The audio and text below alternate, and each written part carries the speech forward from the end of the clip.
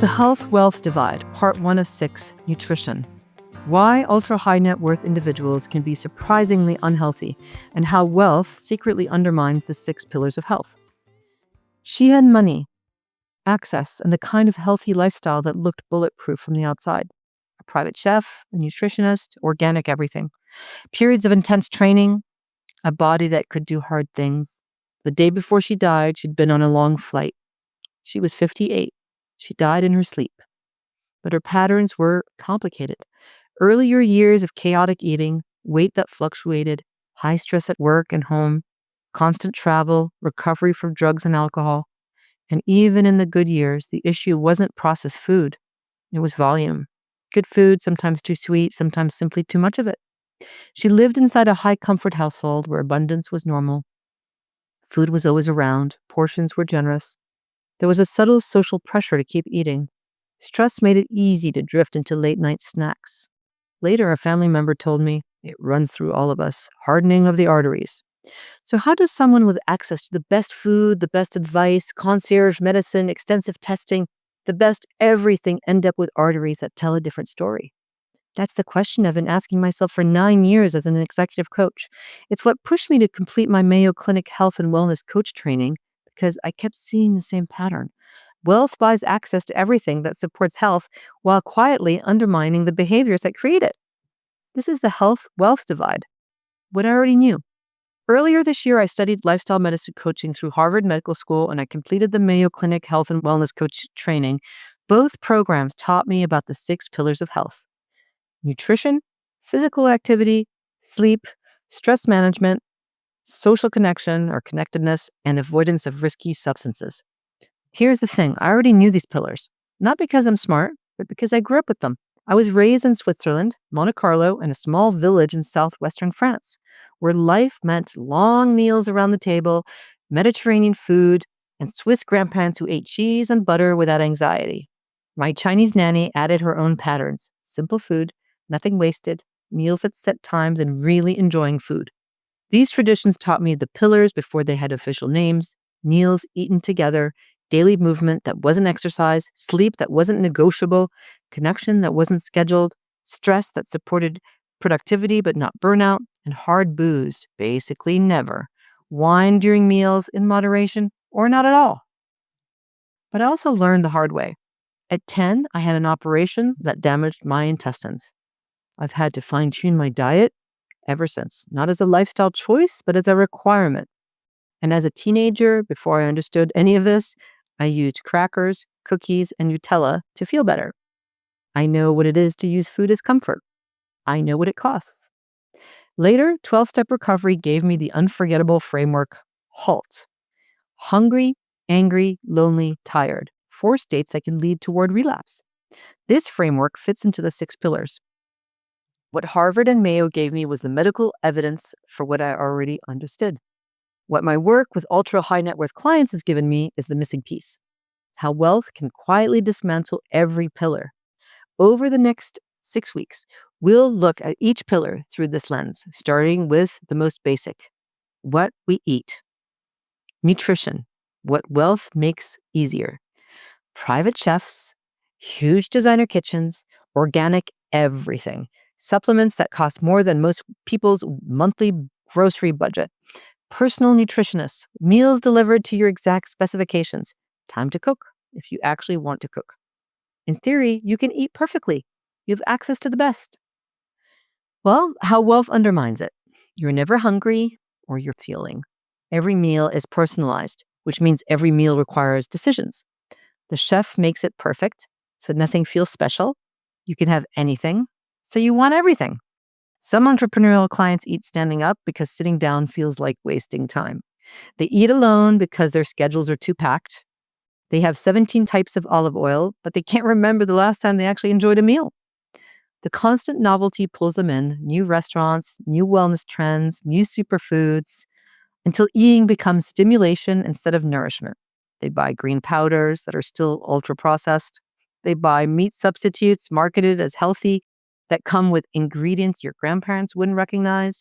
They order the most expensive thing on the menu and call it better even when it isn't. What hides behind privilege? There's a pressure in wealthy circles that rarely gets named. You're always being seen, photographed at galas, tagged at dinners, judged at the school pickup in ways that middle class parents rarely experience. Looking good isn't vanity, it's identity, and the body becomes another thing to manage. This is where orthorexia hides, the obsession with clean eating that gets lauded, the ingredient anxiety that looks like sophistication. It gives a sense of control because everything else feels out of control. You look fine. You look better than fine, but your relationship with food is disordered. No one around you will say so because in your world, thin is always right. Or as the old line goes, you can never be too rich or too thin. And now we have a pharmaceutical accelerant for that same impulse, GLP-1 drugs. In some circles, they're not being used to go from unhealthy to healthy. They're being used to go from a size 4 to a size 0. Without insurance, the price for Ozempic is around $1,000 a month, and the long-term effects are still being studied.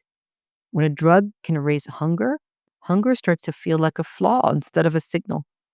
And on the other end, binge eating behind closed doors. Excess as release, food as sedation. Shame and guilt lead to more hidden splurges.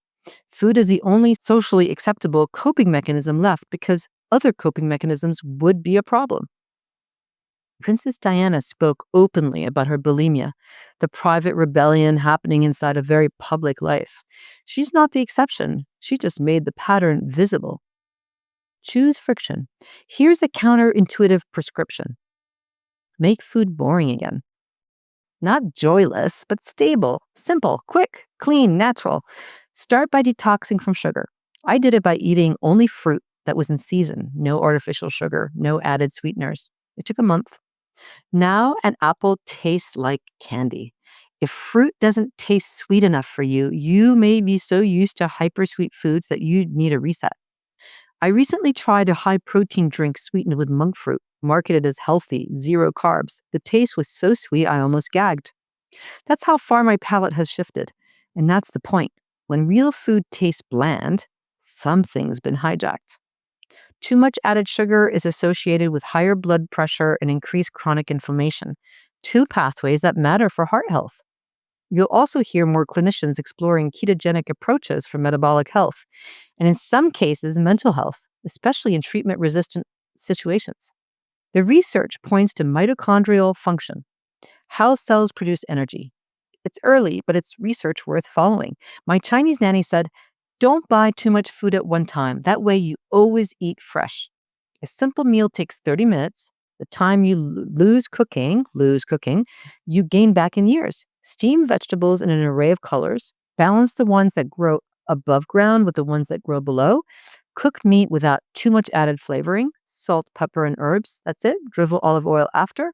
Keep the flavor in the food. Allow yourself to feel hunger. Simple, repeatable eating patterns. The same breakfast most days. Meals at roughly the same time. No constant grazing. Eat sitting down with other people when possible. Take a little bit before you fill your plate. If you like it, take seconds. 2 external sources that have helped me big time. Mireille Guilano and Jackie Wicks. Mireille Guilano's French Women Don't Get Fat is basically choose friction in French clothing. Stop eating on the run. Make meals intentional. Eat less by eating better and by being fully present for it. The goal isn't perfect food, and when you've strayed after travel, stress, or a season of too much of everything, try her famous plain leek soup reset. Jackie Wick's cheat system doesn't ban food entirely. It creates a simple framework. Nutrient-dense eats you lean on, and cheats you account for instead of pretending you'll never want them. The brilliance is psychological. You have to add food. When you lead with eats, vegetables, protein, fruit, and healthy fat, you're less likely to rebound into chaos later. The add first structure reduces shame, and shame is often the match that lights the overeating spiral. Even Andrew Huberman, who talks about supplements a lot, emphasizes that they're add-ons, not the foundation. The real leverage is the unsexy stuff. Whole, minimally processed foods, enough protein, and consistent meal timing. Limits create freedom. My Chinese nanny understood this. You eat what's prepared. You eat when it's time. You don't make every meal a referendum on optimization. Choose friction. Fewer choices, fewer experiments, fewer protocols. Let some meals be ordinary. Eat because you're hungry. Next week, physical activity, or why having a $500 an hour trainer doesn't mean you're actually moving your body. If this episode landed for you, share it with someone who might need to hear it. And if you haven't already, subscribe so you don't miss what's coming. But here's the real thing I want you to know. If you're carrying something you can't talk about, if you have every resource except someone who actually understands what wealth costs, I work one-on-one with people like you navigating exactly that. You can reach me at dianaoehrli.com. Thanks for listening.